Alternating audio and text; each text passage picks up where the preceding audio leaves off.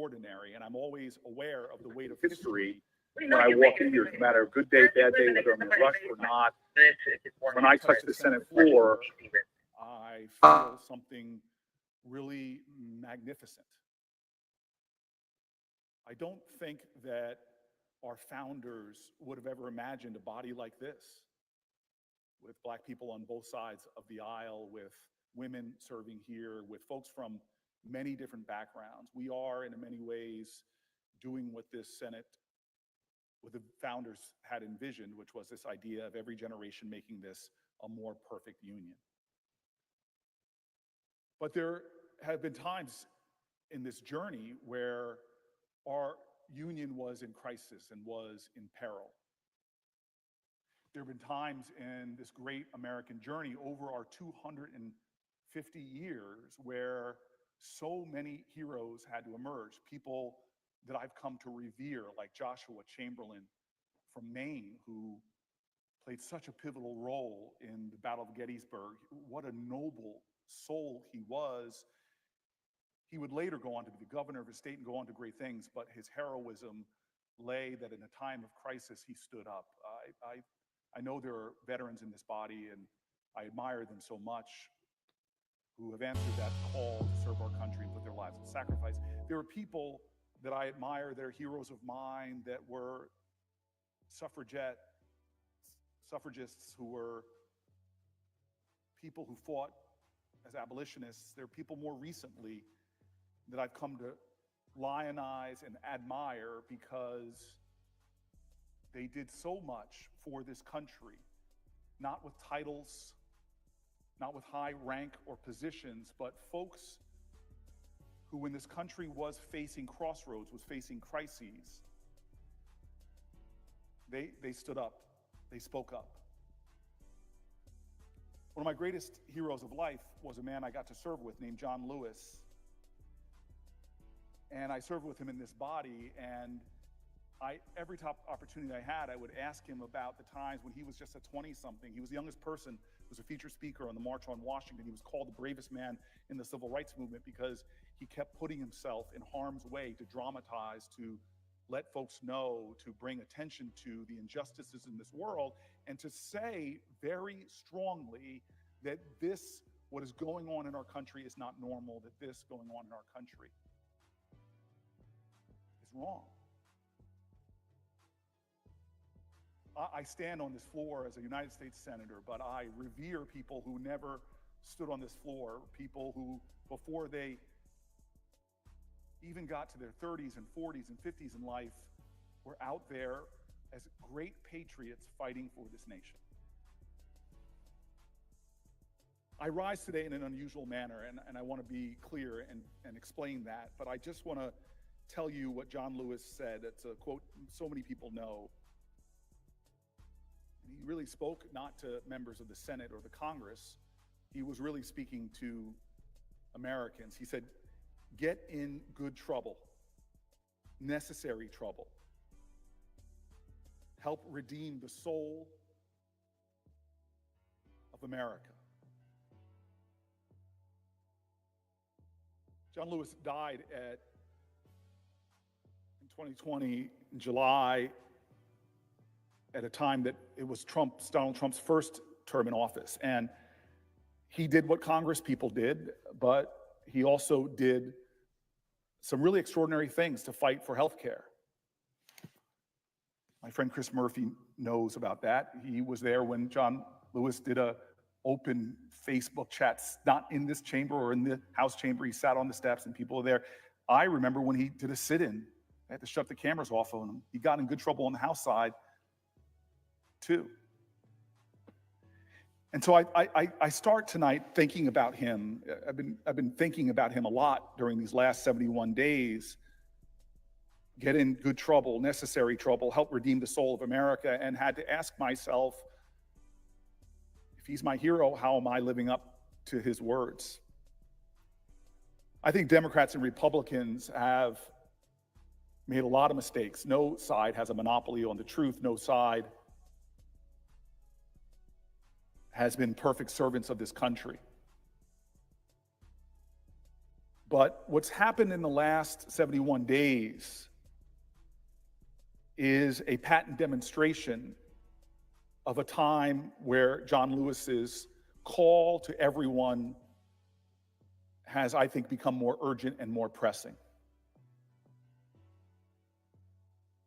And if I think it's a call for our country, I have to ask myself how I'm living these words. So tonight, I rise with the intention of getting in some good trouble. I rise with the intention of disrupting the normal business of the United States Senate for as long as I am physically able. I rise tonight because I believe sincerely that our country is in crisis. And I believe that not in a partisan sense, because so many of the people that have been reaching out to my office in pain, in fear, having their lives upended, so many of them identify themselves as Republicans. Indeed, conversations from in this body to in this building to across my state and recently in a travel across the country, Republicans as well as Democrats are talking to me about what they feel is a sense of dread about a growing crisis, or what they point to about what is going wrong, that bedrock commitments in our country that both sides rely on, that people from all backgrounds rely on, those bedrock commitments are being broken. Unnecessary hardships are being borne by Americans of all backgrounds. And institutions which are special in America, which are precious, which are unique in our country, are being recklessly, and I would say even unconstitutionally affected, attacked, and even shattered. In just 71 days, the President of the United States has inflicted so much harm on Americans' safety, financial stability, the core foundations of our democracy, and even our aspirations as a people for, from our highest offices, a sense of common decency. These are not normal times in America. And they should not be treated as such. John Lewis, so many heroes before us would say that this is the time to stand up, to speak up. This is the time to get in some good trouble, to get into necessary trouble.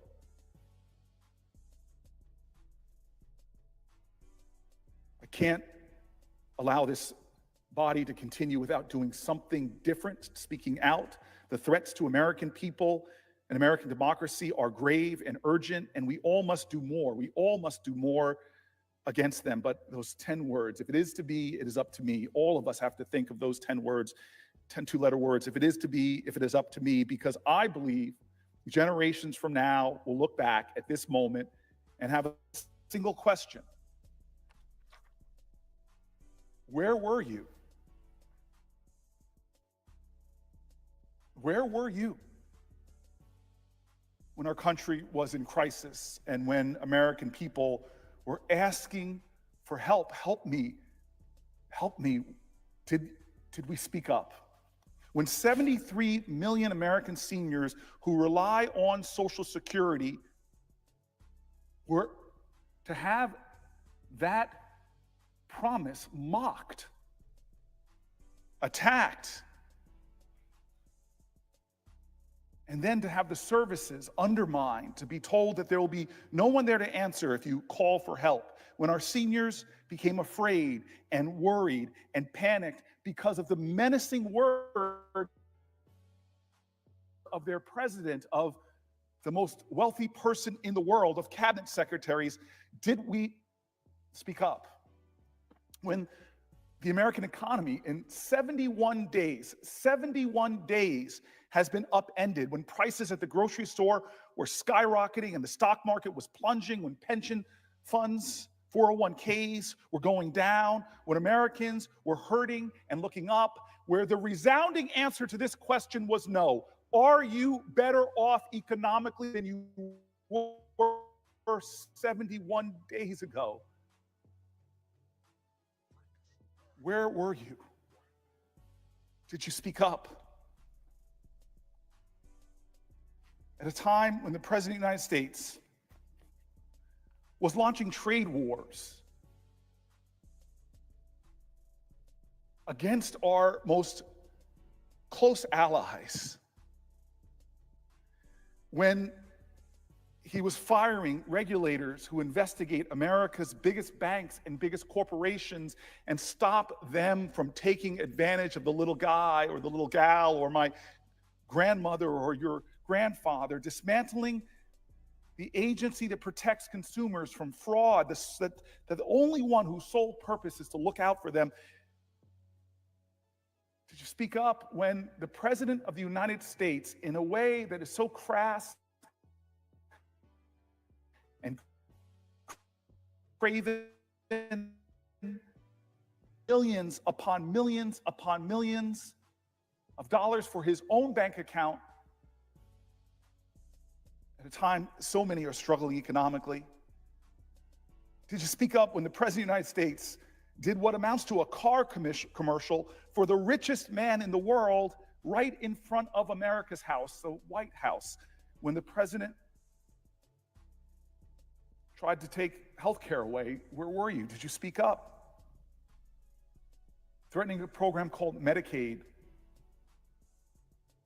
helps people with disabilities, helps expectant mothers, helps millions upon millions of Americans. And why? Why? As part of a larger plan to pay for tax cuts for the wealthiest amongst us, who've done the best over the last 20 years. For billionaires, it seems so close to the president that they sat right on the dais at his inauguration and sit in his cabinet meetings at the White House.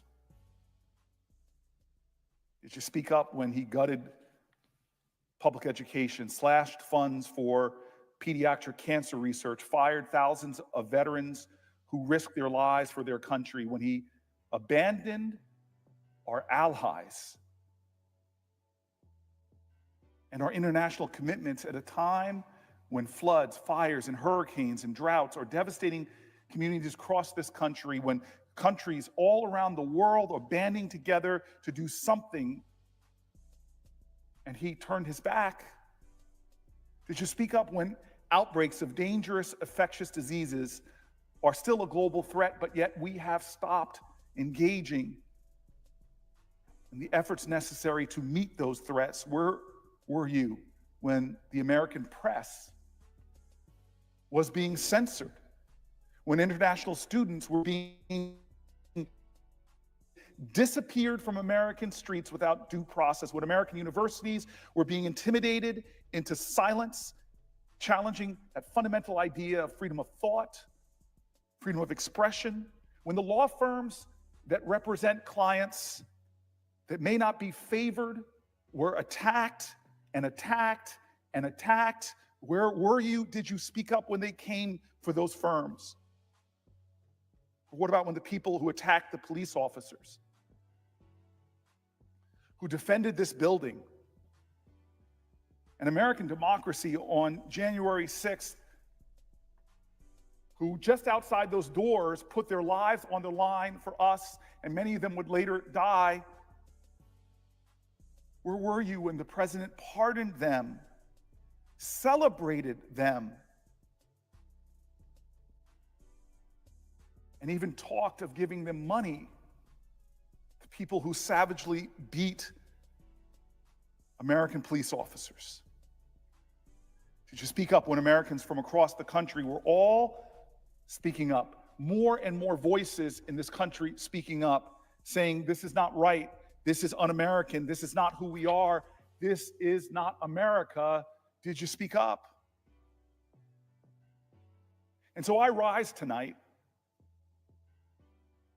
because I believe to be about what is normal right now, when so much abnormal is happening, is unacceptable. I rise tonight because silence at this moment of national crisis would be a betrayal of some of the greatest heroes of our nation, because at stake in this moment is nothing less than everything that we brag about, that we talk about, that makes us special. At stake right now are some of our most basic American principles that so many Americans understand are worth fighting for, worth standing for, worth speaking up for. Like if you work hard your entire life and pay into Social Security, it should be there for you when you retire, and you should not have to question if those paychecks will arrive, and the government should strive to improve service to you, not brag about cutting it. Basic American principles like if you serve your nation in the military, if you put your life in danger abroad, you will be respected and taken care of. You will be cherished and honored and not forced to worry that the federal employees who provide you with care, many of whom who are veterans themselves, will be fired, or the benefits that you rely on will be denied, or that your health care needs won't be met. Basic American principles like your child will have access to a high quality public education, that every child has a unique genius. Even our children, beautiful children with special needs, they have genius. And that our children can go to school and parents and teachers know that they will be safe there. At stake now are those basic American principles that the people you elect to serve you in government will represent you and not try to make themselves richer, not run some scam.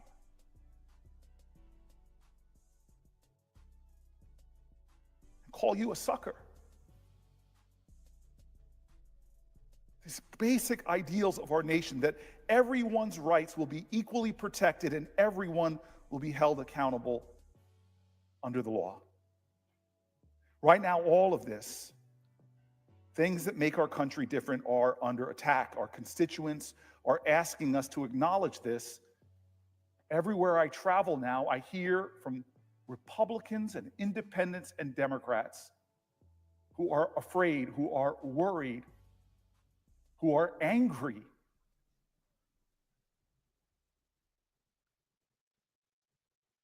And I think about John Lewis, who taught me that fear is not something to be shunned. It's almost a signpost that you're headed in the right direction. It is something that is a necessary precondition. You cannot have great fear without great courage. John Lewis would tell us that this is a time for great courage. He would tell us that anger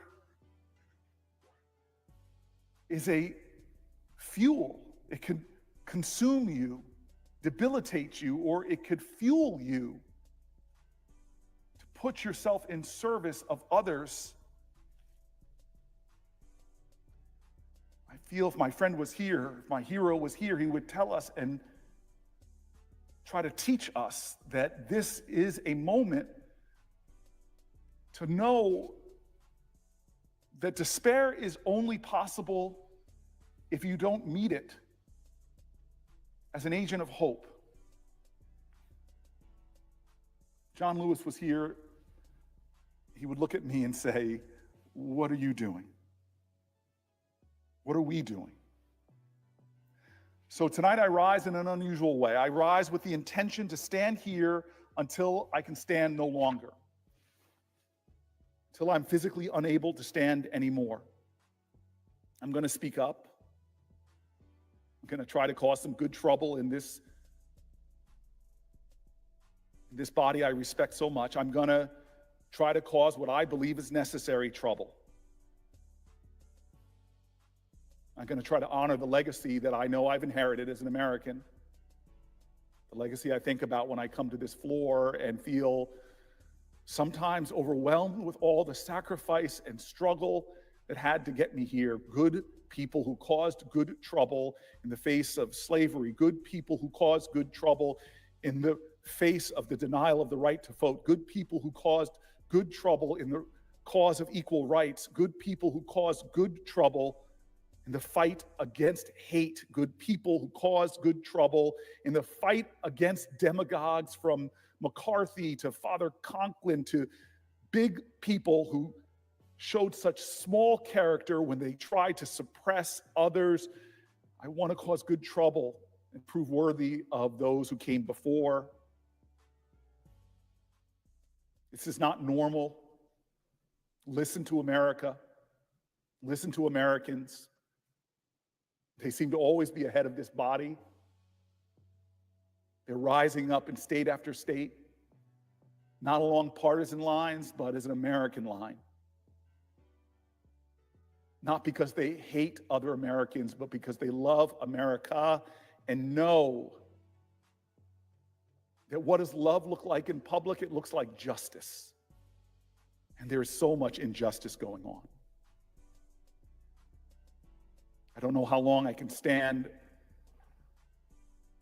but I will stand and speak up. I want to start by reading some of these letters to try to give folk a flavor of what's happened in my office for 71 days.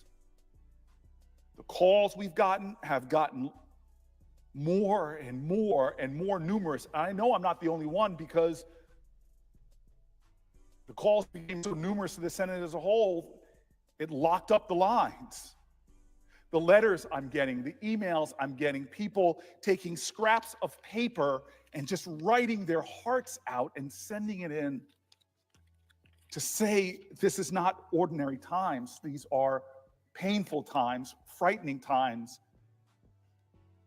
times where people question what's happening to America and worry that there are powerful people trying to fundamentally change our nation in a way that will hurt people to the benefit of the powerful and the wealthy. I look at these letters like this one. I won't read the name, but they say, "Hi, Senator Booker. Medicaid has saved my life many, many times. Without it, many people in America will die. Please help us." Underlined multiple times. Here's another scrap of paper where somebody writes their heart out. "Dear Senator Booker, when I got out of the Navy,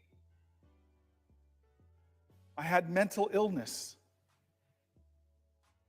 I needed psychiatric medicine to stop going in and out of the hospital. Because of Medicare, I have medicine that has kept me out of the hospital for 18 years. Without Medicaid and my medicine, I will wind up in the hospital." Americans telling me their most vulnerable pains, their most terrified realities are now confronting them, rendering their pride and telling their truth. Here's another one. "Dear Senator Booker, I'm writing you today as a constituent. In addition to being a concerned citizen, I'm a 25-year employee of the local Board of Education and a parent of a permanently disabled daughter who has just started receiving Medicaid. Even with her master's degree, my daughter is only able to work 19 hours a week. Therefore, insurance is not provided. Medicaid is a necessity to maintain her physical and emotional health and provide services to assist with her independence so she can continue to be a contributing member of society. By withdrawing funding for Medicaid, the policy would disrupt programs serving disabled and elderly people in New Jersey and throughout the country. And Medicaid is only one area which will potentially be affected by Donald Trump's funding freeze. Please protect Social Security and Medicare for the hardworking Americans who have earned it. Social Security isn't, quote, a handout. We've paid into it with every paycheck throughout our entire working lives, and the 66 million seniors relying on Medicare could have their health care put on hold or canceled. We deserve to know these programs will be there for us. If federal grants are limited, medical and science research limited, including vaccines and disease prevention, They will all be severely impacted. The United States should be a world leader in healthcare, in education, and scientific advancement. This is an embarrassment to us as a country. It should not be possible in America for one single man, even an elected president, to stop funds which Congress has already allocated. I implore you to use your power as my senator and a key member of our government to stand up for what is important to the people of your district. We want to go to work, take care of our families, and ensure all citizens have health services they deserve. These latest orders are inappropriate, untenable, and illegal. As a senator, please take action. Please take action to defend and protect these programs. Thank you for your time.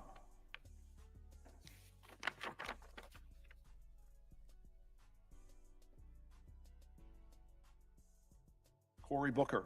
Recently, it's come to my attention that my students' rights in New Jersey are under threat from new legislation.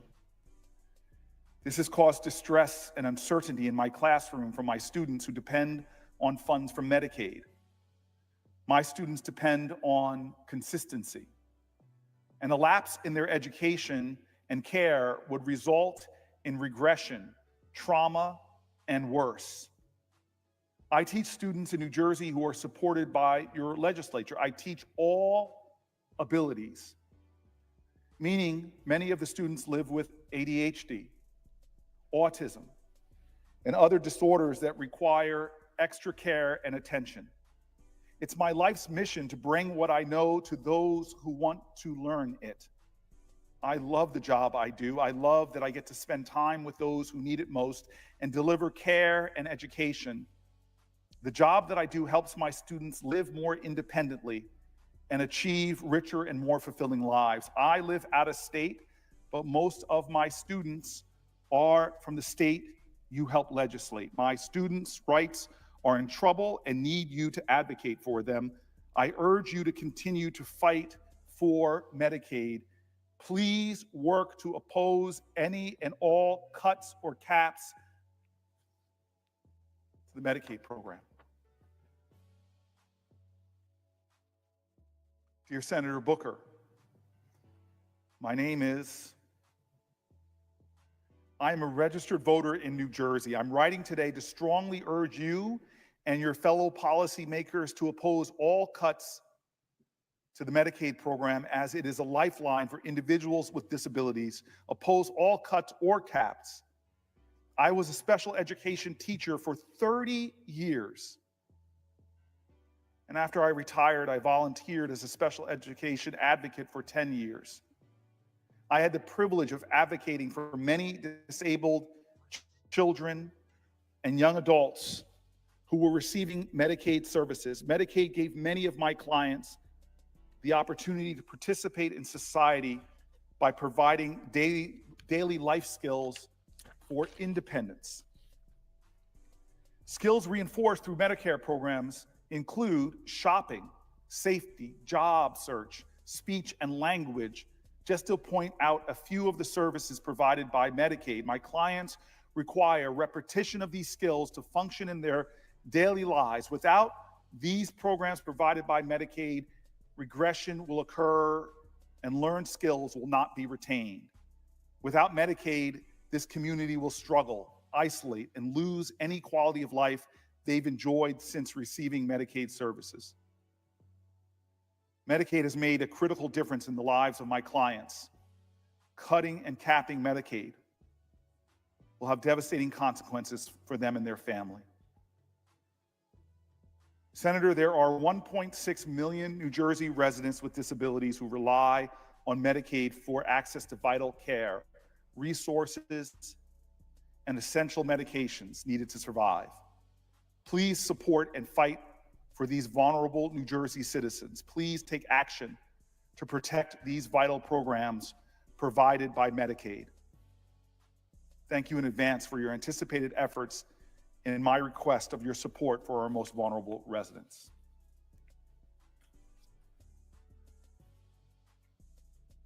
I'm going to rise tonight, as I said, and stay for as long as I physically can, and I'm going to go through issue area after issue area after issue area and talk specifically to the concerns, to the fears, to the actions taken, to the hurts that are already being felt throughout America, elevating others' voices who don't have the privilege of standing in this body, honoring those Americans who, even though they don't have such a position, they are raising their voice. I will rise for as long as I can to honor them and raise mine. The first area I want to talk about is Medicaid, Medicare, and healthcare, as my constituents spoke to. I don't need to tell anyone the importance of healthcare to humanity. Without our health, we would not be able to do anything else. We would not be able to provide for our families, spend time with our loved ones, do all of the things that make life worth living. That's why I'm going to stand here and explain to people what's going on and how our healthcare programs are at risk and being undermined. The Trump administration and Republicans in Congress are right now discussing how to cut these programs in a way of putting those savings either into tax cuts for the rich. I say either because they're going to be putting in the tax cuts for the rich, but those tax cuts, as we know, are still going to blow massive trillion-dollar holes in our deficits. They are trying to gut Medicaid and Medicare programs on which nearly a third of our country rely, all to pay for those tax cuts.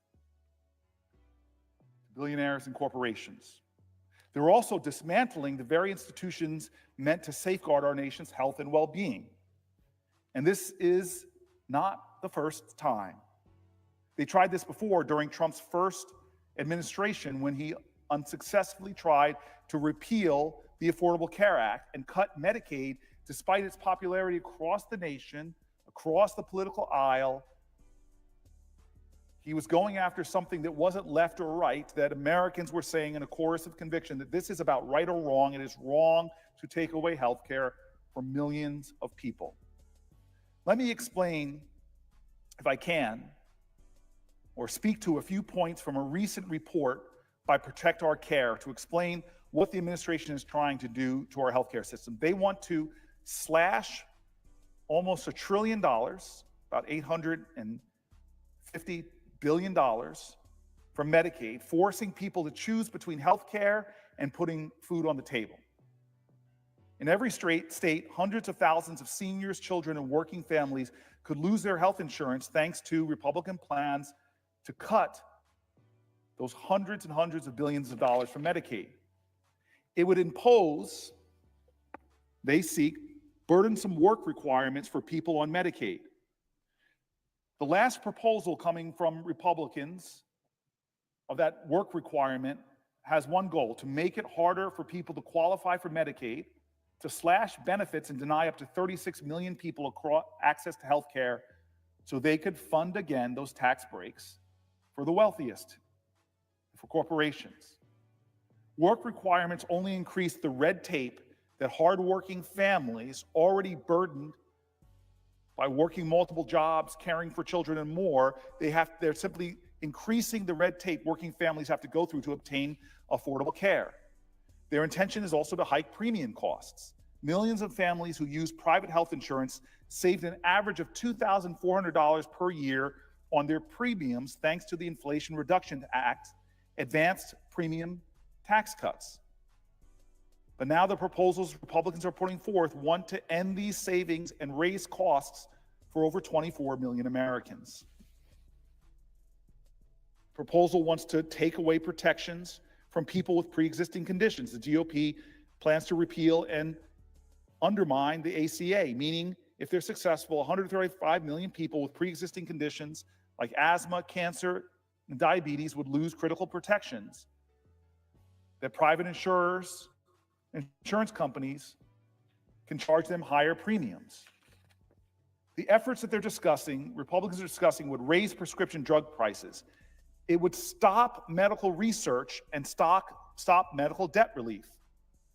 Over the first 3 months of his administration, Donald Trump and Republican allies have increased the prices of prescription drugs, including cancer and heart medications, as well as vital antibiotics, delayed the implementation of a Biden administration rule that barred medical debt from showing up on credit reports, cut NIH grants, halted all studies and activities within the NIH relating in any capacity to the health of LGBTQ Americans, including active research programs. And President Trump violated court orders to halt funding freezes to organizations like the NIH. Republicans rejected legislation to cap insulin costs for millions of people with diabetes nationwide. Now they want to raise costs for seniors by repealing the cap for people who rely on Medicare. As many as 1 in 4 of the 7.5 million Americans dependent on insulin are skipping or skimping on doses. I want to say that again. As 1 in 4 of the 7.5 million Americans dependent on insulin are skipping or skimping on doses. This is a life-threatening practice. No one in this country should have to bear that. This week, we know Republicans in the Senate will make us vote on a budget that will inevitably be intended to harm the strength of programs like Medicaid and vital health.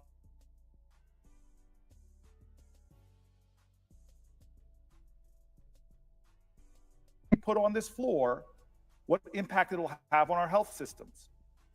According to this nonpartisan Center on Budget and Policy Priorities, a nonpartisan policy and research institute, this is what they write.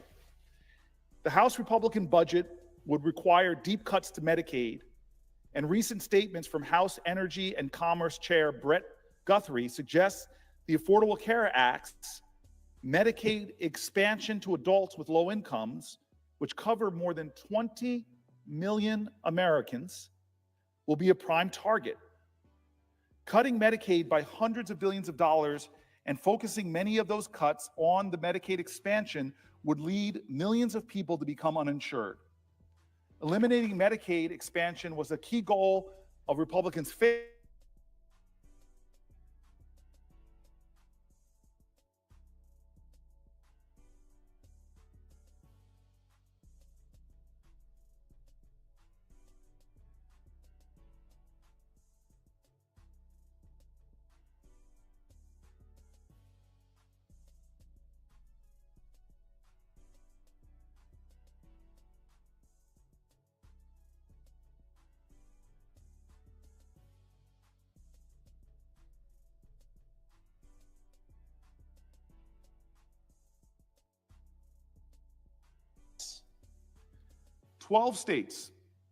Twelve American states have poison pill laws that would automatically end expansion coverage or review of the coverage if the federal matching rate drops below 90%.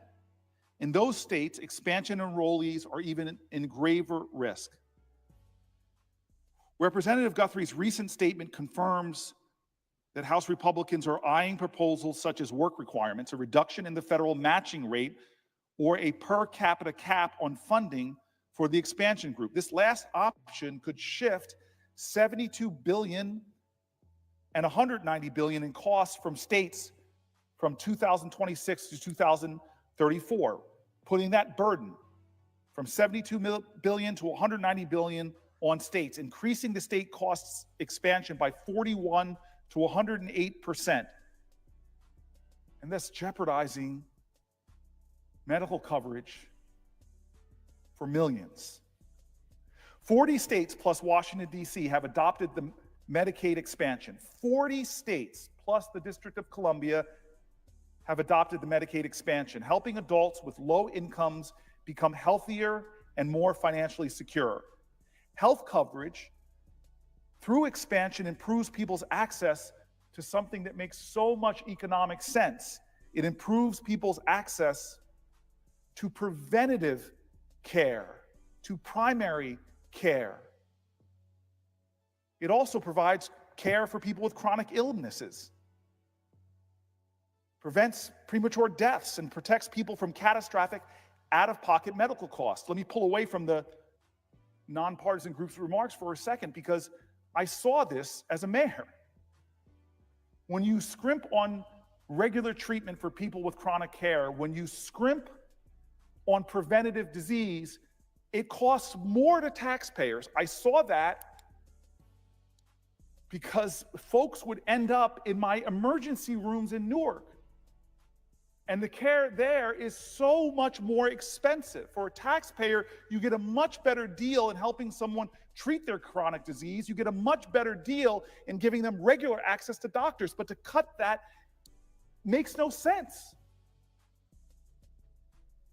Not only are you cutting it to give, again, those larger tax cuts to billionaires and corporations, but you're cutting it and you're just going to add even more and more to the overall healthcare costs of our country, to the size of the debt. Let me go back to the text. Having health coverage also makes it easier for adults to work or look for a job. Consider that Medicaid supports work and that 9 out of 10 Medicaid adults are already working, caring for family, attending school, or are ill or disabled. Work requirements are unnecessary, they're burdensome, they're more red tape and hassles. Proposals to use work requirements as a way to take away Medicaid coverage from certain adults are just another way to undermine Medicaid expansion. Attacks on the Medicaid expansion are often based on false claims that covering adults with low incomes takes away care from groups traditionally eligible for Medicaid.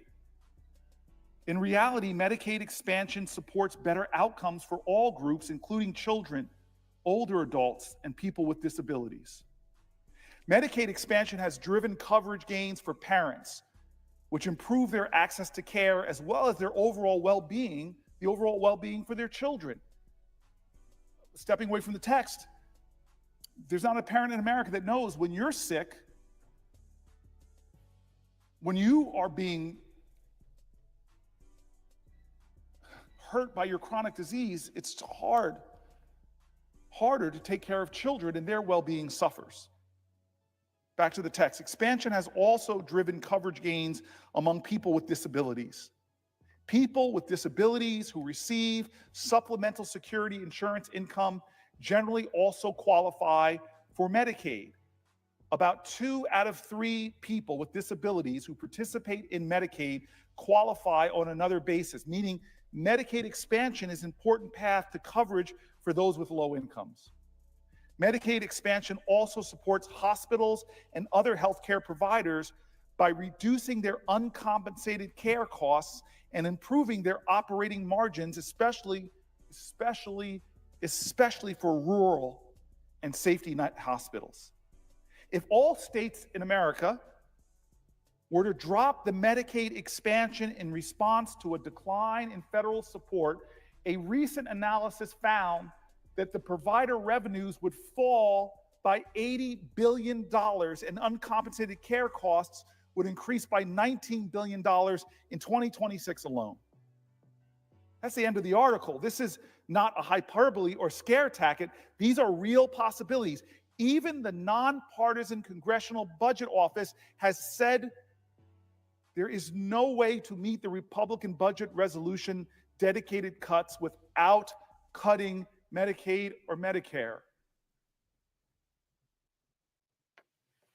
Tonight and into tomorrow morning, I'm going to do everything I can to elevate the voices of Republicans, because this is not intended to be a partisan speech. From the Cato Institute to the Wall Street Journal to nonpartisan groups to the own Congressional Budget Office, everyone is pointing to what is happening as not normal, not what the president says it is, as something that's going to hurt Americans, something that's going to cost us more money in the long run. Someone's going to take people with disabilities and put them even more in the shadows and margins when they should be centralized and empowered.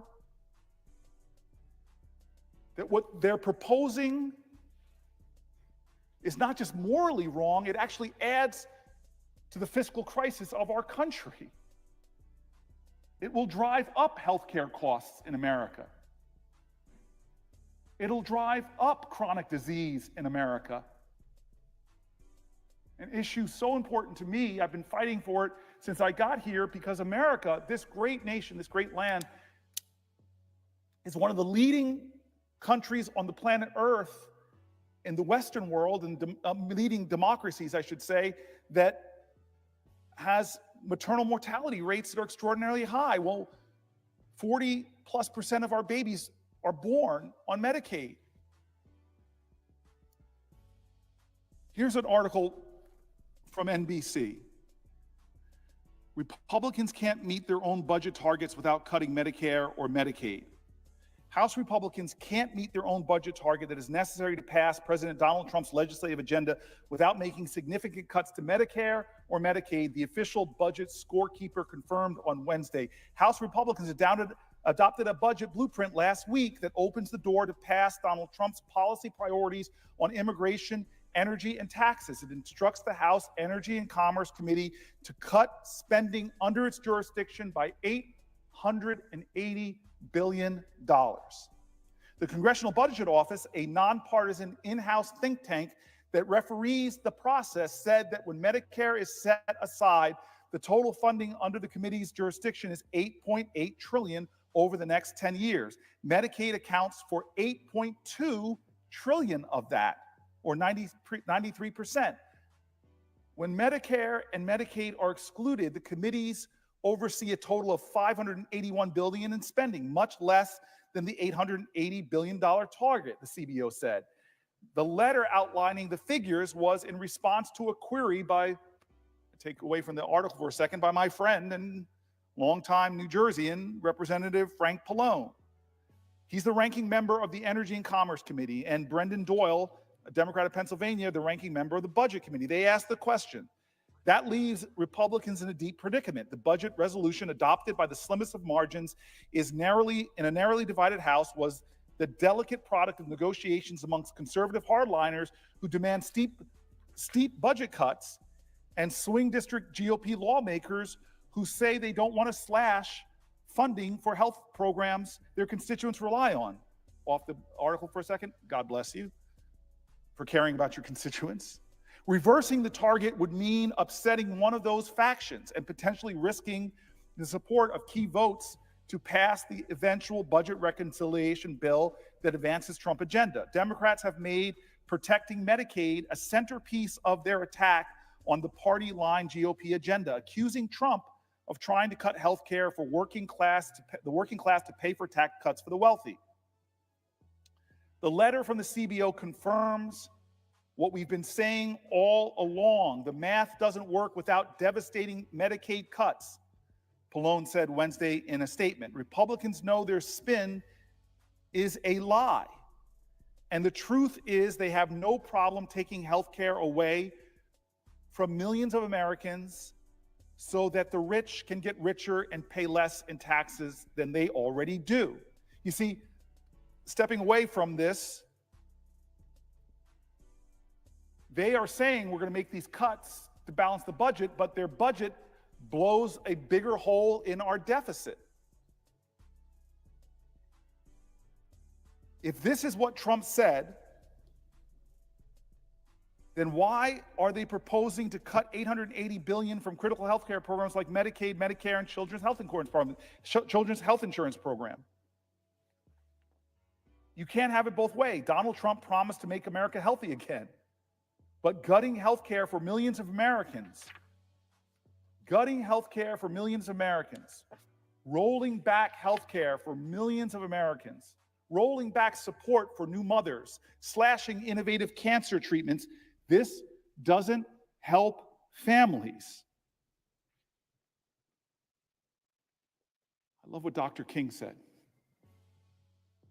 Martin Luther King famously stated, of all the forms of inequality, injustice in health is the most shocking and inhumane. Of all the forms of inequality, injustice in health is the most shocking and inhumane. Paul Farmer, extraordinary leader, physician, anthropologist, renowned humanitarian, pioneer of global health. I read his book, Mountains Beyond Mountains. In another one of his books, Pathologies of Power, Health, Human Rights, and the New War on the Poor, he wrote, and I quote, "If access to health care is considered a human right, who is considered human enough to have that right?" I think in a country this wealthy, where we are seeing stratospheric wealth created here in individuals, we're seeing some of the richest people in the world, and yet we still are targeting, for tax breaks for them, we're targeting millions and millions of Americans who rely on things like Medicare. I started my speech with John Lewis. Let me quote him now. In 2012, he said, "Healthcare is a right and it is not a privilege, not just for some people, but for all people." John Lewis was a visionary. So let me tell you a bit more about Medicaid. If you're watching, let me break it down and show just how critical it is for millions of Americans. Medicaid right now is in the crosshairs of many, many Republicans in Congress. It's on this precipice. It's not abstract policy. It's not just numbers in a line item in a budget. At stake when you talk about Medicare is millions and millions of Americans' health. It goes to this question is, how deeply do we care for one another? I love what our founders said in the Declaration of Independence. At the very end of that, they say we must mutually pledging to each other our lives, our fortunes, and our sacred honor. Are we living up to that when we are saying we're going to take away health care from millions of Americans in order to have greater tax cuts? You see, people want to just say, oh, it's a government program, as if that's a slur, when really it's something that we, the people, in order to create a more perfect union, created as a lifeline to tens of millions of Americans that, but for programs like this, would be succumbing to diseases, succumbing to ill health, and we as an entire country would suffer. Think about this not as that slur where they try to call this in ways that try to shift public opinion away from human beings, fellow Americans, our patriots. Think of it instead as a lifeline. It is the reason a child with asthma can breathe easier. It is the reason a senior can receive the care they need in a nursing home, or elders. It is the reason a low-income mother can take her child in for vaccinations, or a person with a disability can live with dignity and independence. Congress is entertaining proposals now.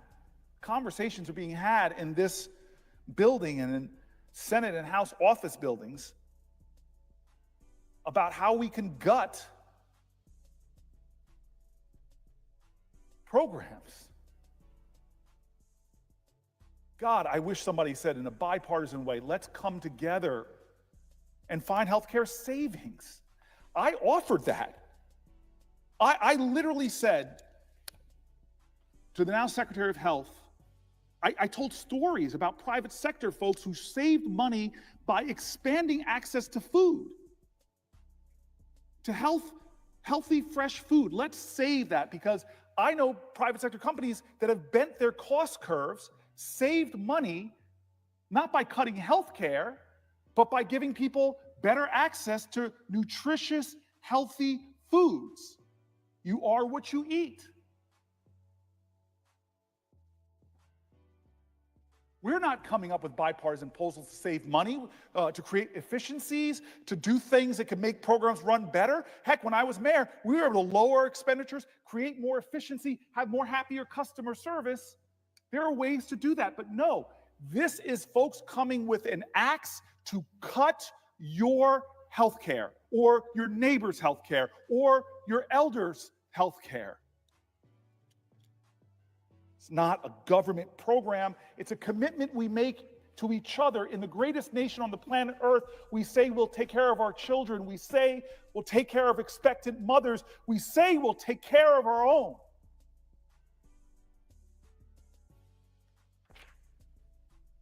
But they passed that House budget resolution. Republicans who called themselves moderates or budget hawks, they all voted for it except for one who had the crazy thing to do in Washington to tell the truth. Massey said that by their own numbers, this don't add up. What they're pushing on the American people is going to steal from the future generations by racking up trillions of debt. He stood on principle. They're not even doing what they're telling us they're going to do. $880 billion in Medicaid funding cuts. It's not trimming the fat. It's not founding efficiencies. It's not a plan to cut out any possible corruption. It is to make children and expectant mothers and seniors and people with disabilities have a harder time accessing health care, which we already said that Martin Luther King, of all the forms of inequality, injustice in health care, is the most shocking and inhumane. Not bigotry, not poverty, two things he fought so nobly against. He said the most inhumane, the most unjust, are what we're talking about here. Take away access to health care from children, take away access to health care from our elders, take away access to health care to people with chronic diseases. Why? Why? To cut the deficit? Well, there's some Republicans willing to tell the truth. It's not going to cut the deficit. To take from the poor and give it to the rich and powerful? Well, we know the rich and powerful will get bigger tax cuts. They're not shrinking the governments, folks. They're creating bigger and bigger governmental obligations. And what do they mean? When you look at 10 years out and have trillions and trillions and trillions of more, it means that future generations, or maybe 10 years from now, that their debt payments are going to grow more and more and more, taking away more money that we have as a collective body, as Americans, to invest in scientific research, to invest in cutting-edge medical technology. So let's be clear. Let's be clear. Children from low-income families would lose access to routine checkups, vaccinations, and emergency care. Seniors who depend on Medicaid for long-term care, many of whom are already exhausting their life savings, would be left without options. People with disabilities who require constant medical attention, specialized equipment, and home-based services would face uncertainty and loss of those services. And let us not forget the low-income adults who gain coverage through Medicaid expansion, who work hard every day. They got Medicaid expansion, access to Medicaid through expansion under the Affordable Care Act. For them, this is not ideology. For them, this is not political philosophy. For them, this is life or death. It's about survival. These proposed cuts would also devastate the very infrastructure of our healthcare system. I've heard this from hospitals. Again, Republicans and Democratic leaders in my state who know our hospitals are speaking to this injustice. Medicare provides nearly 19% of all hospital revenue. It allows rural hospitals already on the brink to keep their doors open.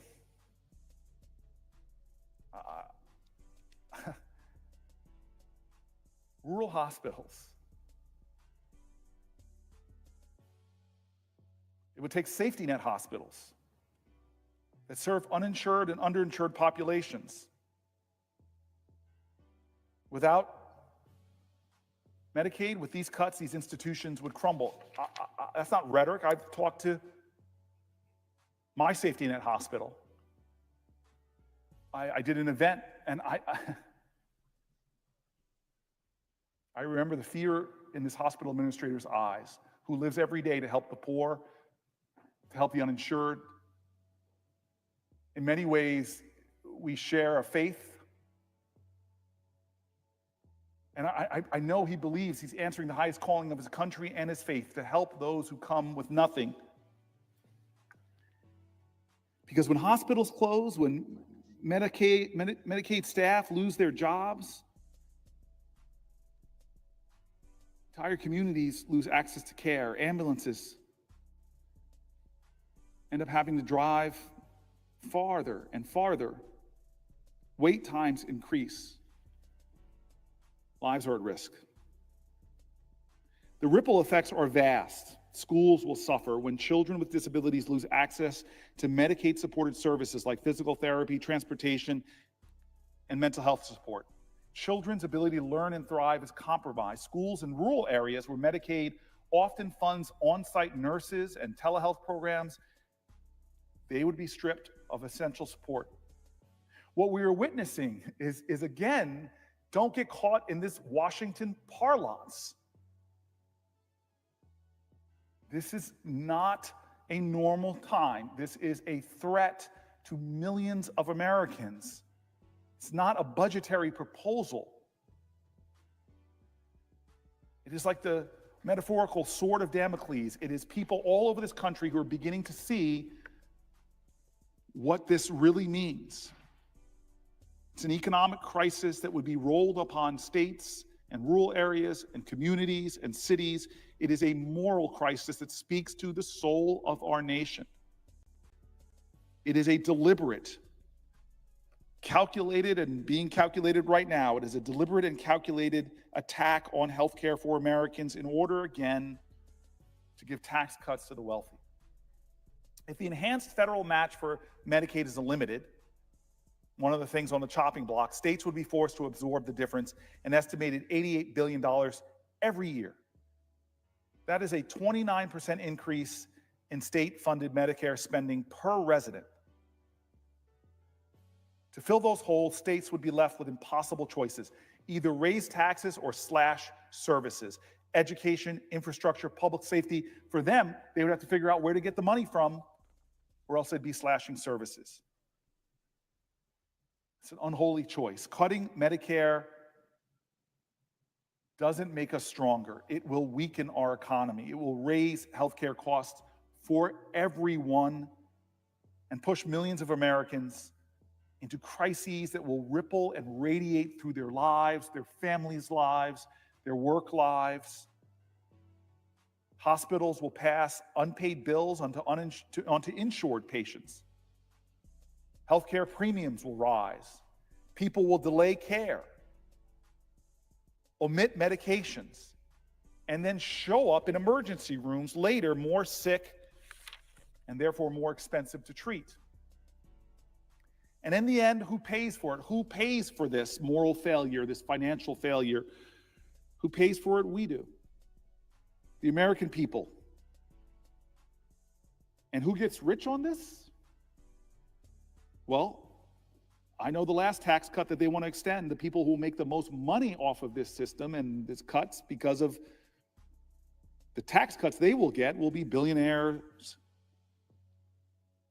and working families in America. People who paying insurance rates hurts, is hard, is difficult. People who have high premiums, co-pays. It's the rest of us that pay. So I want to talk about the people at risk. There's nearly 12 million people who qualify for both Medicare and Medicaid, our nation's most vulnerable. They'd lose critical wraparound services like long-term care, dental care, vision, and non-emergency transportation, services that are not luxuries for these folks, but they're lifelines. A higher share of those with both Medicaid and Medicare have cognitive impairments and conditions like Alzheimer's, and God, my father who had dementia. We're a well-off family. I saw the challenges, the resources, the drains, the physical challenges for his primary caregiver, my mother. Millions of Americans, though, would rely on Medicaid. and they would face devastating choices: quit their jobs to provide full-time care, or leave their loved ones while they go off to work on a job without the support they need. When it comes to Alzheimer's and dementia, I know personally you cannot leave someone without the care. Nursing homes may be forced to shut their doors or cut staffing levels to dangerous lows. In fact, people who can't take care of their elders, they might be going to nursing homes, which again increases costs for taxpayers. Home health care services, often the only thing keeping people in their communities out of institutions, that would disappear. This would be a crisis for elder care. This would be a crisis for disability services. What it is, when a nation isn't taking care of its elders, it's a crisis of our national character. Medicaid also plays a profound role in the success of children and their well-being. Nearly half of all children in the U.S. are covered by Medicaid and CHIP. Research shows that when children have access to care, they are more likely to stay in school, graduate, and earn more as adults. That's not surprising to people, just to think it through. It's true. If kids have access to health care, they succeed more in life. Medicaid helps diagnose learning disorders, treat chronic conditions, and ensure children don't fall behind simply because they are born into poverty. It's essential to the American dream that just because you're poor, it shouldn't affect your destiny. And for us to be the America of which we speak, a child born in poverty shouldn't have their future cut off because they can't get the health care to empower them to thrive. Talk to any school district in any state, in any county. Those resources are necessary to help children.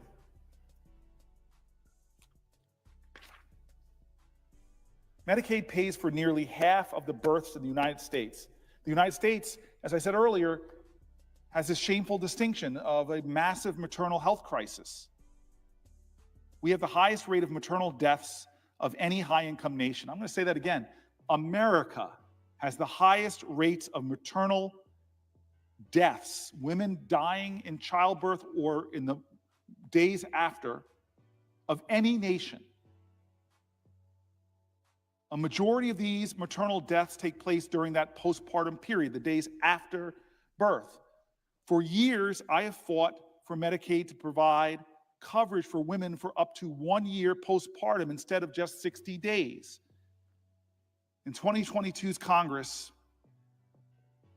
I was so happy that states had the option to expand Medicaid coverage for up to 1 year postpartum. It is one of the solutions to this maternal healthcare crisis that expert after expert after expert says.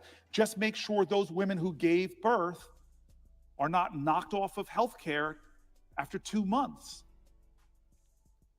As of this January, 49 states plus the District of Columbia have expanded postpartum Medicaid coverage past those 60 days. Hey, we're stepping in the right direction to show that we love our moms.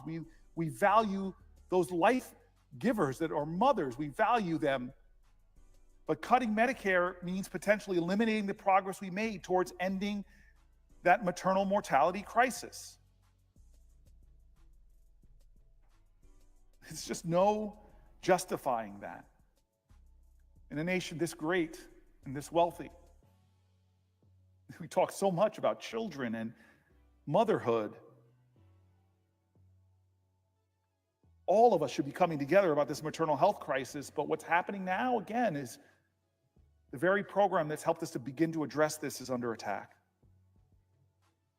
When we invest in Medicaid, we are investing in the future, in children who grow up to be healthier, in seniors who age with dignity, in rural communities with limited access to health care and services, in families who don't have to choose between a prescription and rent. This is about health, but I want to tell you, for all those doing the math at home, You cannot have a thriving economic engine without good health care. The two are incompatible. Widespread sickness, illness, and disease, and people who can't get their health issues covered, takes away from our economic strength. In fact, just cutting Medicaid would cost jobs, nurses, aides, support staff, medical technicians. Entire communities depend on funding that Medicaid provides. Cutting it would destabilize state budgets, force those impossible trade-offs, and widen the gap between the richest in our country and the rest. A gap that's already widening at stunning rates. These cuts are not about efficiency. Don't let anybody tell you these cuts are about efficiency. I know a lot about making government more efficient. This is not about innovation. There's so many things that we as a country should be doing to deal with medical innovation. And I'll be the first to say, Republicans and Democrats have failed to step up to the 21st century and do things that really can create more efficiencies in our healthcare system. I really hope to see more bold thinkers about creating real efficiency. But what they're doing now is not about efficiency. It's not about innovation. It's not about the heart priorities of Americans who know everything that I'm saying. The letters I've gotten, Republicans and Democrats and independents in my state, scared people, they know what this is about. Republicans in New Jersey who run hospitals know what this is about. This should be a bipartisan strategy to how do we make our society more healthy and less dependent on healthcare. And when it comes to healthcare, heck, let's not do the stupid things like cutting scientific and biosciences and the research that often leads to medical breakthroughs. Let's come together and figure out how to deliver services more efficiently. Making Americans healthier, I don't believe them. They're cutting access for kids to fresh and healthy foods, or cutting school lunch resources. There's a way to do this that should be bringing the best ideas from both sides of the aisle to deal with these issues, but that's not what they're doing. Every data point, every story, hospitals from rural areas to urban areas, everyone is saying the same thing and illustrating the same point. Medicaid is critical to the health of some of the most vulnerable Americans. It's critical to our elders, to our children, to our mothers. It is a lifeline for more than 72 million people. With control of the Senate, the House, and the presidency, Republicans have the opportunity to dream big. They have an opportunity to lead with a vision for better health in America. To come before the people and Congress and hearings and say, this is our vision for American health and well-being. We're going to show what some private companies did.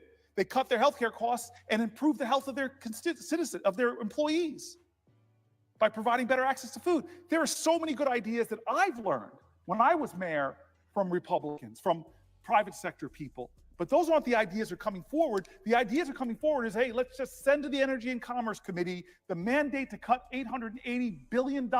Let's rush now. Let's get it done before our narrow majority somehow gets undermined. Let's just cut. And in the end, what's the result? Americans get sicker, driving up overall healthcare costs, all to give billionaires more of a tax cut. I know the character of so many of my friends in this body on both sides of the aisle. This is not who we are. It is not who we are. But God, there's no big vision. There's no big dream for healthcare. Instead of improving Medicaid and increasing funding, as 42% of Americans support, they want to make extraordinary cuts that will demolish a program. They are proposing that $880 billion cut from Medicaid, taking healthcare away from millions of Americans. They want to impose work requirements, even though 90% of Medicaid beneficiaries are already working. or cannot work for legitimate reasons. Arkansas actually tried this. I love case studies. They tried this in 2017, and the results were disastrous. People lost coverage that they shouldn't have, and employment didn't increase. Nationally, such requirements could put 36 million people at risk of losing their health care. They're proposing failed policies, not breakthrough ideas, not a bold vision that I know is in America's heart.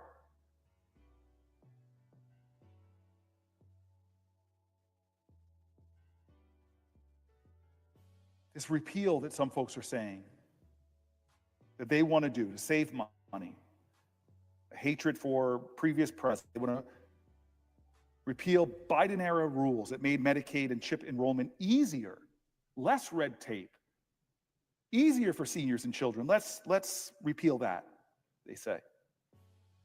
They want to end a rule requiring minimum staffing standards in nursing homes, including 24/7 access to registered nurses, one of the hardest, most underappreciated jobs in America. Let's get less access to these noble professionals. They propose per capita caps that would upend Medicaid's financing model in every state, leaving states with less money to meet their residents' needs. And in states that expanded Medicaid under the ACA, these cuts could jeopardize coverage for 20 million people who gained access. The budget that they're proposing would require deeper cuts.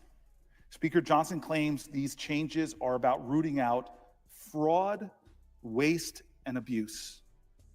But that's not what's happening, folks.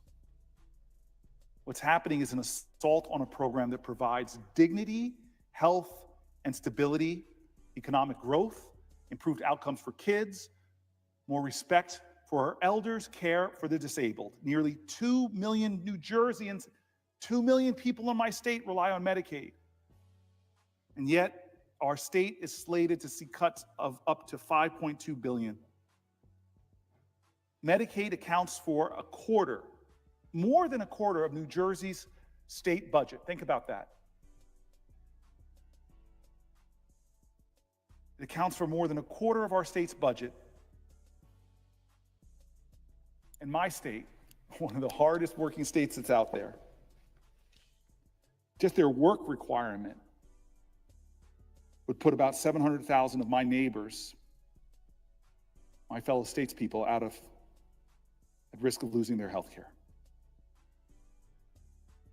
Medicaid covers about 1/5 of hospital spending. At University Hospital in Newark, New Jersey's only level 1 trauma center, more than $149 million in potential cuts loom. I know this hospital. I have been there when my officers have been injured. I've been there when my firefighters in Newark were injured. I've been there when heroic citizens are injured and brought there. It is our level 1 trauma center. People from all around our region are sent there. These emergency room workers are incredible. Heck, they've treated me coming out of an emergency. And they're facing $149 million in cuts, and their leadership, knowing how vital that hospital it is, how that hospital stands in the breach between life and death, health and illness, they know what it would mean. We should be strengthening this program through innovations that come from people on both sides of the aisle. We should be coming together as a body and saying, okay, let's spitball this. Let's put up the best ideas in America to make things more efficient. Oh, wait a minute. You mean if we treat chronic diseases with access to healthy food, we might actually be able to lower diabetes rates, lower hypertension rates, lower obesity rates? Well, that's one great way to make this investment happen. You mean there's technology and innovation that's happening right now with our best scientists that could create better access to telehealth. It could create more efficiency in medical records. It could cut down on mistakes that are still made in medical care, like combining the wrong drugs or other challenges that up costs. There's systems that we could create that could create more transparency and eliminate more real fraud and go after the fraudsters themselves in a more efficient manner. There are so many things that we could do if we came together as a body, but what are we doing instead? Following our president that wants his tax cuts renewed. What did those tax cuts do the first time around? Most of the benefits went to the wealthiest people and corporations.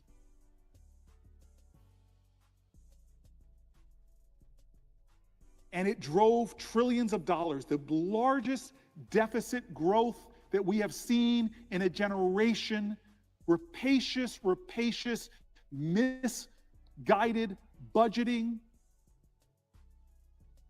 creating bigger and bigger debt payments. I remind you, Clinton, balanced budget. Bush, the first president in American history that didn't call for the common sacrifice to go to war. We spent trillions of dollars in those foreign wars, and guess what, he said? No common sacrifice, only about 1% of our people will fight in those wars. I'm going to give you a tax cut.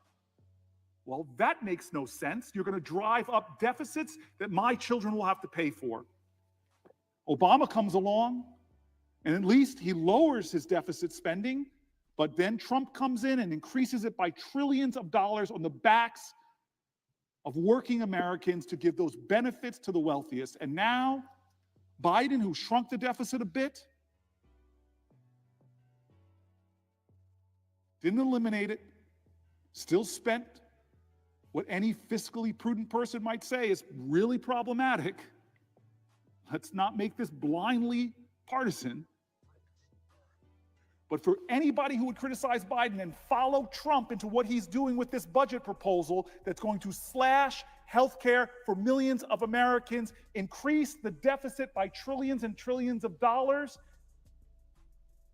and make Elon Musk richer and richer? Is that your solution? It violates our values. It violates our national character.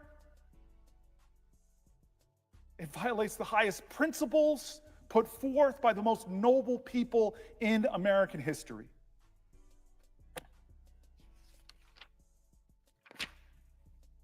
And I stand today, and I will not sit down for hours and hours if God gives me the ability to stand here, because I want to read the voices of Americans. I want to share their voices in this body. I want it to echo in history. I want it to be recorded by these extraordinary people who stand here every day and record my words and my colleagues' words. I want it to be in the congressional record. I want Deanna to... Her story, Deanna's daughter is disabled and Medicaid provides her with life-saving medications, medical equipment, orthotics, and multiple specialists for her rare disease diagnosis. She has life-threatening seizures and requires rescue seizure medications, oxygen and CPR, and has nurses that accompany her to school and meet her medical needs during the day so that she can go to work. Deanna is terrified. She uses this word. She is terrified of her daughter losing her Medicaid. She's so afraid, she's literally talking openly about going to Canada and asking for asylum there so that her daughter has the healthcare needs met. That is outrageous to me, that an American who's fearful for their child would think about fleeing to Canada for better health care. Wendy and Cassie. Wendy is the mother, and she wrote about the threats that Medicaid cuts would pose to her daughter, Cassie. Cassie is 32 years old. She has Rett syndrome, RTT, a rare neurological disorder that significantly impairs even basic motor functions, requiring the individual to have lifelong care and supervision. Without Medicaid funding, Cassie and Wendy would not be able to afford housing, the day program, the prescriptions that she needs on a daily basis. Tanya and Cameron, Tanya uses Medicare and Medicaid to care for her son, her beloved child, Cameron. Cameron is battling stage 4 cancer and is confined to a wheelchair. Due to the severity of his illness, he cannot be without his cancer treatment and prescription medication. Medicare and Medicaid coverage is, for them, they say, a matter of life and death for Cameron. Here's this amazing group in New Jersey, in Cherry Hill. Amazing group. The Cherry Hill Free Clinic. Volunteers sustain the Cherry Hill Free Clinic. Doctors that give up their own time because they are driven by the conviction that in America we take care of each other, we love each other. And when you say love your neighbor, love requires sacrifice and service. These doctors and professionals that volunteer their time at the Cherry Hill Clinic, I just want to tell you, God bless you. Thank you for living our American values and the values of your faith traditions.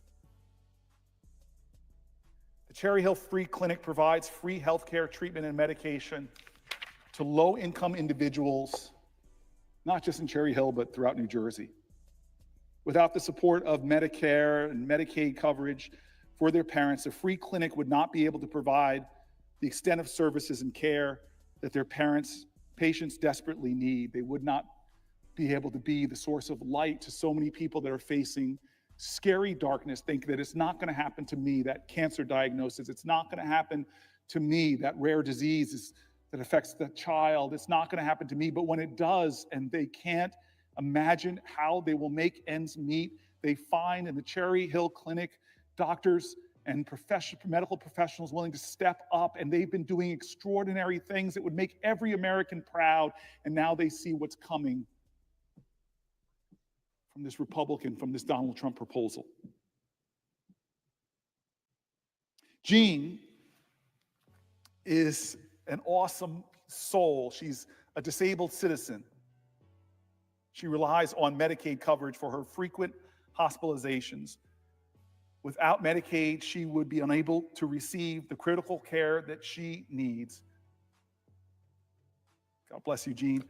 Susan writes to us. She's a disabled person who's confined to a wheelchair. Susan relies on Medicaid for her health care. Medicaid provides her wheelchair transportation to get her to her medical appointments. Without Medicaid, she would not have medical coverage or the transportation means to receive the essential health care.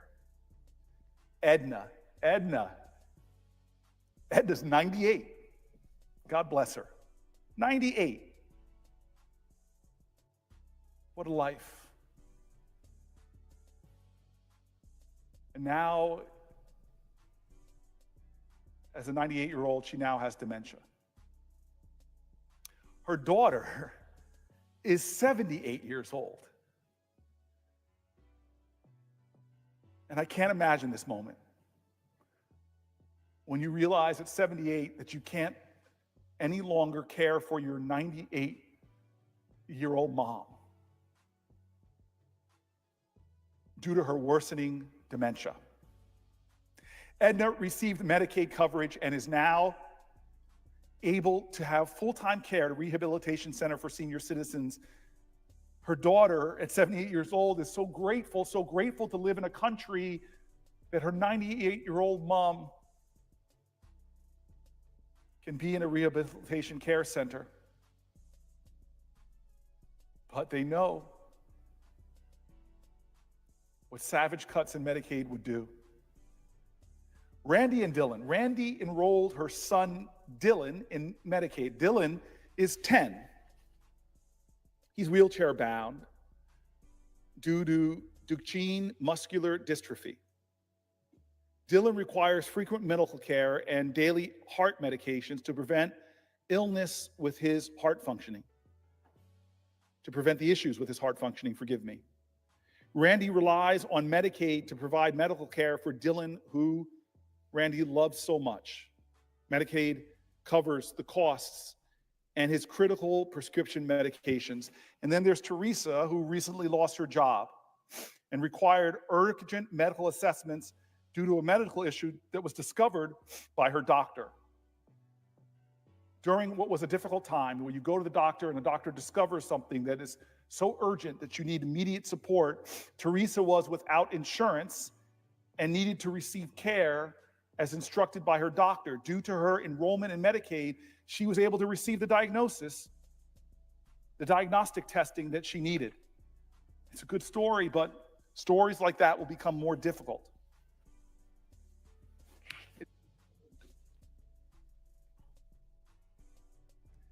Pamela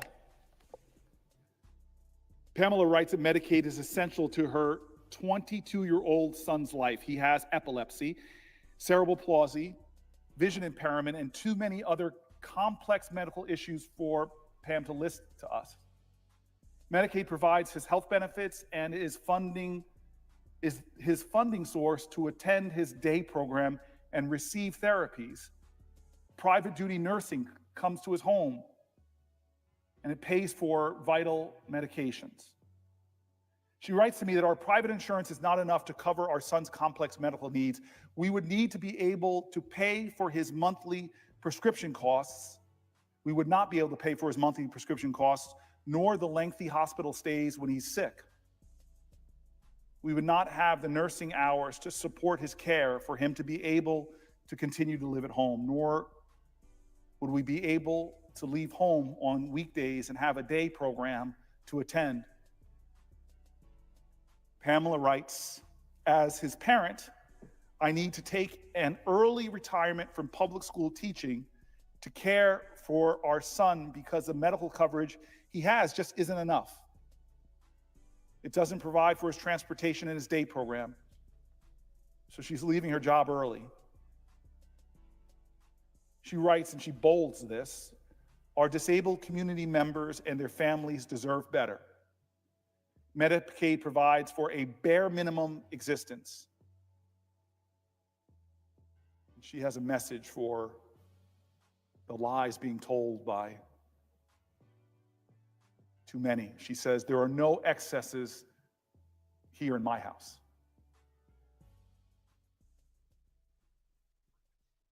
Sally and Mike, we rely on Medicaid for our 2 adult children with disabilities for long-term care, especially for my daughter who just finished her 2.5-year chemo treatment regime. We will need it for monthly checkups and prevention of a relapse. We use the funding to provide the much needed care she needs at home. We also have 90-plus-year-old parents who need Medicaid in order to survive. We are the real sandwich generation, caring for 2 adult children with special needs and 2 very elderly parents who couldn't survive on their own. Please do everything in your power to help fund and not cut Medicaid in any way. Thank you for your time and your commitment in helping the more vulnerable population. I mean, Sally and Mike, you're not alone. That sandwich generation, taking care of children and parents, you're taking care of adult children and 90-plus-year-old parents. I hear you. I hear you. Carol, my son Jason is 41 and autistic. He has severe behavioral issues. Medicaid has enabled my son to attend a day program 3 days a week. The program bills Medicaid for his participation. We would not have the financial resources to pay for my son's day program. Medicaid helps us to use our son's living at home with his loved ones, not in a group home. We save the state money by taking care of him. Do not cut this vital program.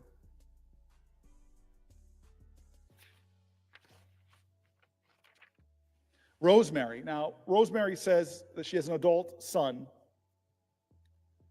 and that son has CP, a seizure disorder, cystic.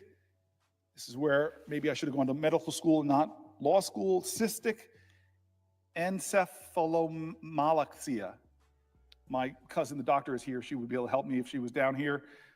But it is her adult son is on the autism spectrum. Yet he earned a BA. Yet he earned a BA on the autism spectrum and lives independently, but with our support, and works a part-time job. She put independently in quotes. If he loses his Medicaid coverage, he will not be able to afford to live where he lives, or most importantly, will not be able to afford his meds. He has medications that would run $500 a month. We live with the anxiety. We live with the anxiety. We live with that anxiety that millions of Americans live with, that erodes them, that burns at their spirit. That anxiety that has put millions of Americans into bankruptcy, that anxiety that I can't afford my medications, that anxiety that I can't care for my children, that anxiety that I won't have that resources, that anxiety. We live with the anxiety of Medicaid cuts. Every report about what House Republicans are doing. We support anything that can be done to maintain Medicaid. Please, Senator. Danielle. She writes that I'm the oldest sibling to my two younger brothers, Matt and Christian, who have been living with a rare neuromuscular disease since they were diagnosed as babies. Throughout their lives, Matt and Chris, along with my parents and family, have fought to ensure that they have the best care possible, despite how unknown and under-researched their condition is. Taking Medicaid away from them would strip Matt and Christian of basic access to specialized care that they rely on, and therefore strip them of their dignity and their independence. As someone who has had a front row seat watching two people I love suffer from a neuromuscular condition, and as a human being who believes in the right to access medical care, I implore our representatives and the Trump administration to consider the devastating impact that these cuts would have on people like my brothers. Slashing funds for an already underfunded program is not only the wrong target in the name of, quote, efficiency, but also a decision that would cement our nation's treacherous path toward becoming a nation that does not seek justice for all. Instead, a nation that only serves those in power, only serves the powerful, only serves the wealthy. As your constituent affected by neuromuscular disease, I am concerned about the potential unintended consequences of the efforts to so-called reform Medicaid. 72 million Americans rely on Medicaid for affordable, accessible, and state health coverage, including children, pregnant women, parents, seniors, and individuals with disabilities. Any effort to reform Medicaid should not inadvertently prevent patients from having access to the health care that they deserve. Danielle, I hear you. Judith, she goes right to the point. Please stop Trump. Please stop Trump now. He is going after Medicaid. I have an adult, severely autistic granddaughter who relies on Medicaid for her special needs program. A country is judged by how it meets the needs of the weakest people, she writes. Please stop him. I want to read your words again, Judith. A country is judged by how it meets the needs of the weakest people. A country is judged by how it meets the needs of the weakest people.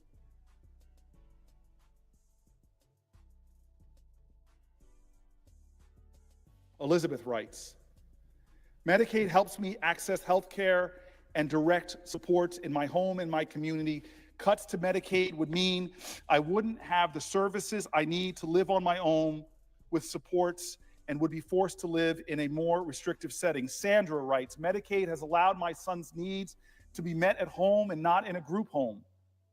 It has allowed my husband to participate in his caregiving, not a stranger. It has allowed him to be employed with the aid of a job coach. These are just a few things in addition to health care. If the cuts to Medicaid happen, it goes away. Alicia, Medicaid provides health care and services to my developmentally disabled adult child. If Medicare funding is cut, my son will not have the health care they need and the programs to attend. Maggie, my 28-year-old son, Will, has Down syndrome. He currently lives in a full and active, inclusive life. His life is full. His life is active. He's in the community where he's cherished. He lives in the community he's cherished. He has wonderful support staff and lots of activities that keep him healthy and happy. His days include volunteering at a senior citizen center, working at the local gym, shopping, leisure activities, speech therapy. He does music therapy. We follow the self-direction model, which is work on my end, but I would not have it any other way. But if Medicare funding is cut, these cuts would impact his livelihood. Nibble.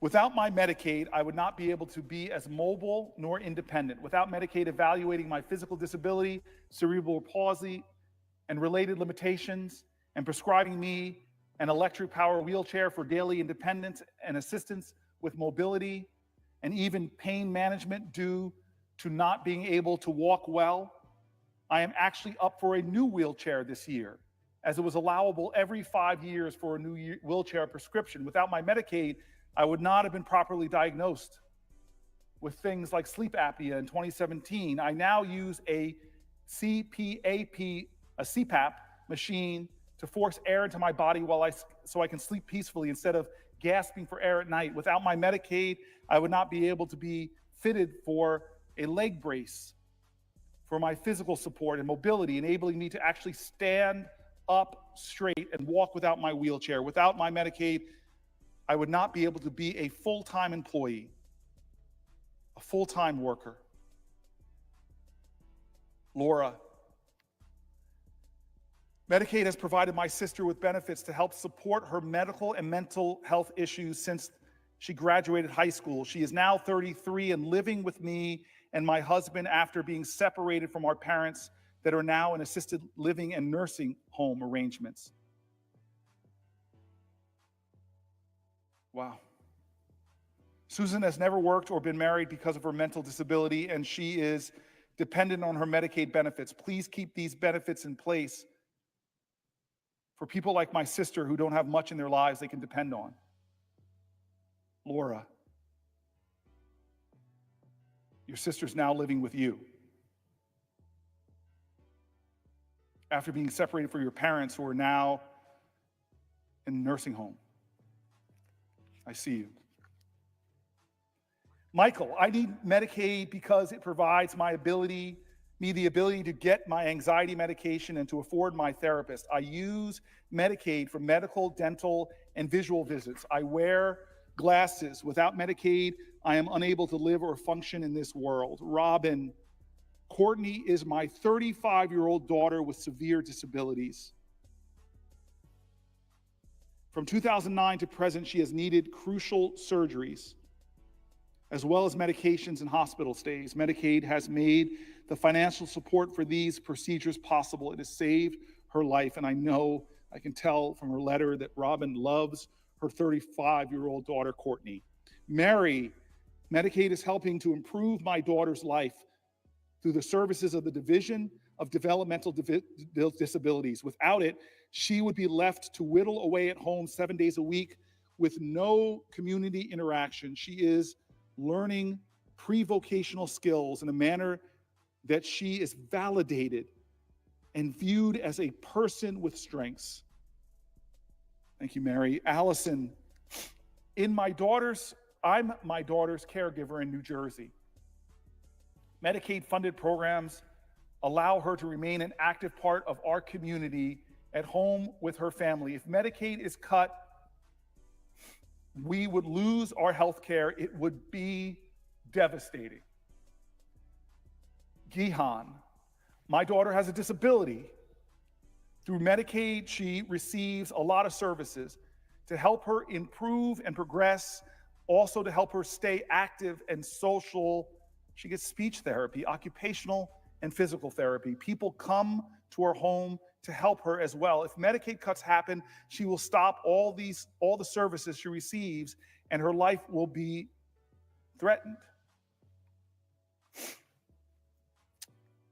Please, she must keep her Medicaid, because as a parent, I don't know what I can do with my daughter if that is happening. It will be so hard for her and us. Roseanne. Medicaid has supplied the nurses that take care of my daughter, of my disabled granddaughter I'm raising at home, instead of being sent to an institution. She will put her life at risk for a medical emergency or fatal injury without nurses here. Ash. My daughter takes speech therapy, occupational and physical therapy, and tutoring. So if that is all gone, she will stop progress, and she will be more disabled and will be unable to do anything by herself or live inadvertently. She needs a lot of help, and if these Medicaid cuts happen, I don't know what I will do with her, and it'll make life so hard. These Americans are facing challenges that I can't imagine.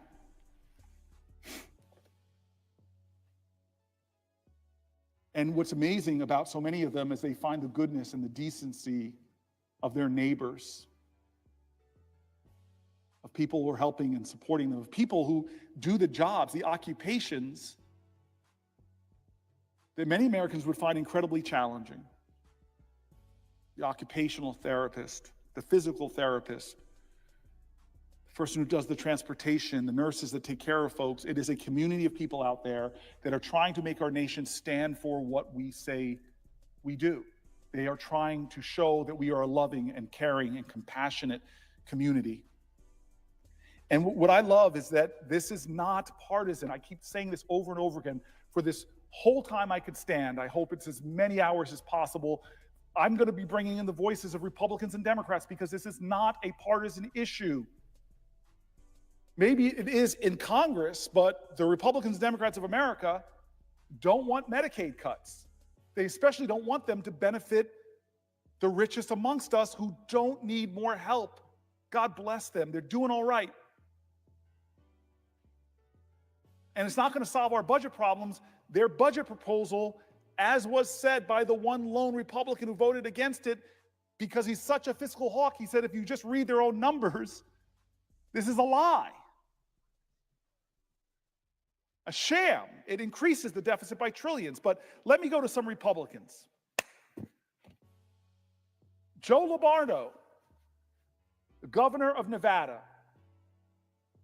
An abrupt reduction in federal funding would not only disrupt care for those who rely on Medicaid, but it would also destabilize public and private healthcare providers, leading to workforce reductions, service limitations, and financial strain on an already overburdened health care facilities.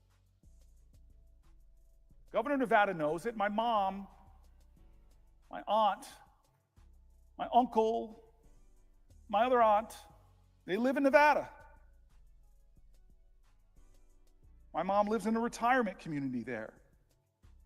This governor knows that that state would be hit so hard by a reduction of these services, it would be like an impact that ripples out throughout the state, raising costs, lowering care, hurting Americans, hurting Nevadans. My colleague, Mike Rounds of South Dakota, said, that's not a cost-cutting measure, that's a cost transfer, he said. And when you've got partnerships with states, you shouldn't be doing that without having them involved in the discussion. I tell you, I have conversations with lots of my Republican colleagues, and I appreciate this quote from one of them. Coalition of State Medical Associations writes, on behalf of 50 state medical associations and the District of Columbia, the hundreds of thousands of physicians we represent, I'm adding this, I am sure of both political parties and independents, back to what they write, and the 80 million Medicaid patients we serve, we are united in urging the United States Senate to protect Medicaid from the devastating $880 billion cuts in spending out targets in the House budget resolution. If these cuts are enacted, millions of Medicaid patients will lose their coverage, and we expect all Medicaid patients to lose some of their existing benefits. All Medicaid patients to lose some of their existing benefits and access to essential healthcare services. The American Academy of Pediatrics, Children's Defense Fund, Children's Hospital Association, Family Voices National, First Focus Campaign for Children, March of Dimes, and National Association of Pediatric Nurse Partnerships. They all came together to jointly write, by reducing vital support for Medicaid and CHIP, you would not just be cutting a budget line, you would be limiting the health prospects of our children, leaving them without the care they need to grow into healthy adults. AARP. More than half all the funds for long-term care in America come from Medicaid. As our country gets older, and as millions of baby boomers continue to age, our country is on the brink of a serious long-term care crisis. AARP would welcome the long overdue debate about how to address the challenge, which should involve reforms to remove Medicaid's bias towards institutional care and increase support for families who take care of their loved ones at home. Large-scale cuts, however, threaten millions of seniors with disruption to the care they need. Listen to AARP. We would welcome the long overdue debate. We would welcome the long overdue debate on how to address this challenge. But we're not having a long overdue debate. We're not bringing together the world's most deliberative body to focus on how to solve these problems. Michael Tuffin, the president and CEO of AHIP, America's Health Insurance Plans. Medicaid is indispensable to low-income people and working families. If their Medicaid coverage is disrupted, these Americans will lose access to primary care and be unable to fill prescriptions for drugs to treat chronic illnesses. Many will end up in the emergency room, the costliest of site of care. Loss of Medicaid coverage means people will be less healthy, and the care will ultimately cost more. Rick Pollack, who's the president and CEO of American Hospital Association, on behalf of the hospitals, nurses, doctors, and those who care for and serve the needs of 72 million patients that rely on Medicaid, we urge you to consider the implications hinging on the budget reconciliation bill's fate on removing health care for millions of our nation's patients. These are hardworking families, children, seniors, veterans, disabled individuals who rely on essential care services. We ask the House to construct a path forward that protects Medicaid from these harmful cuts that would impact the care for millions of Americans. We did Republican governors. Here's a Democrat, Colorado Governor Jared Polis, who joined with Oklahoma Governor Kevin Stitt. They're the chair and vice chair of the National Governors Association, Democrat and Republican. And they write, without consultation and proper planning, congressionally proposed reductions to Medicaid would impact state budgets, rural hospitals, and healthcare service providers. It is necessary for governors to have a seat at the table when discussing any reforms and cuts to Medicaid funding.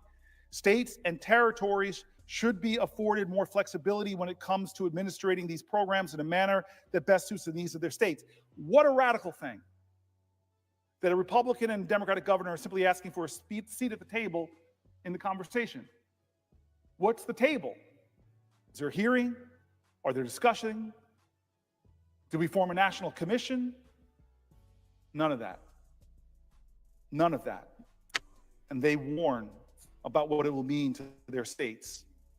The American Academy of Family Physicians, American Academy of Pediatrics. All right, you guys, we are going to pick back up on today, later on today. Thank you all for coming out, but we have to go ahead and end the broadcast, and we'll be back later on today.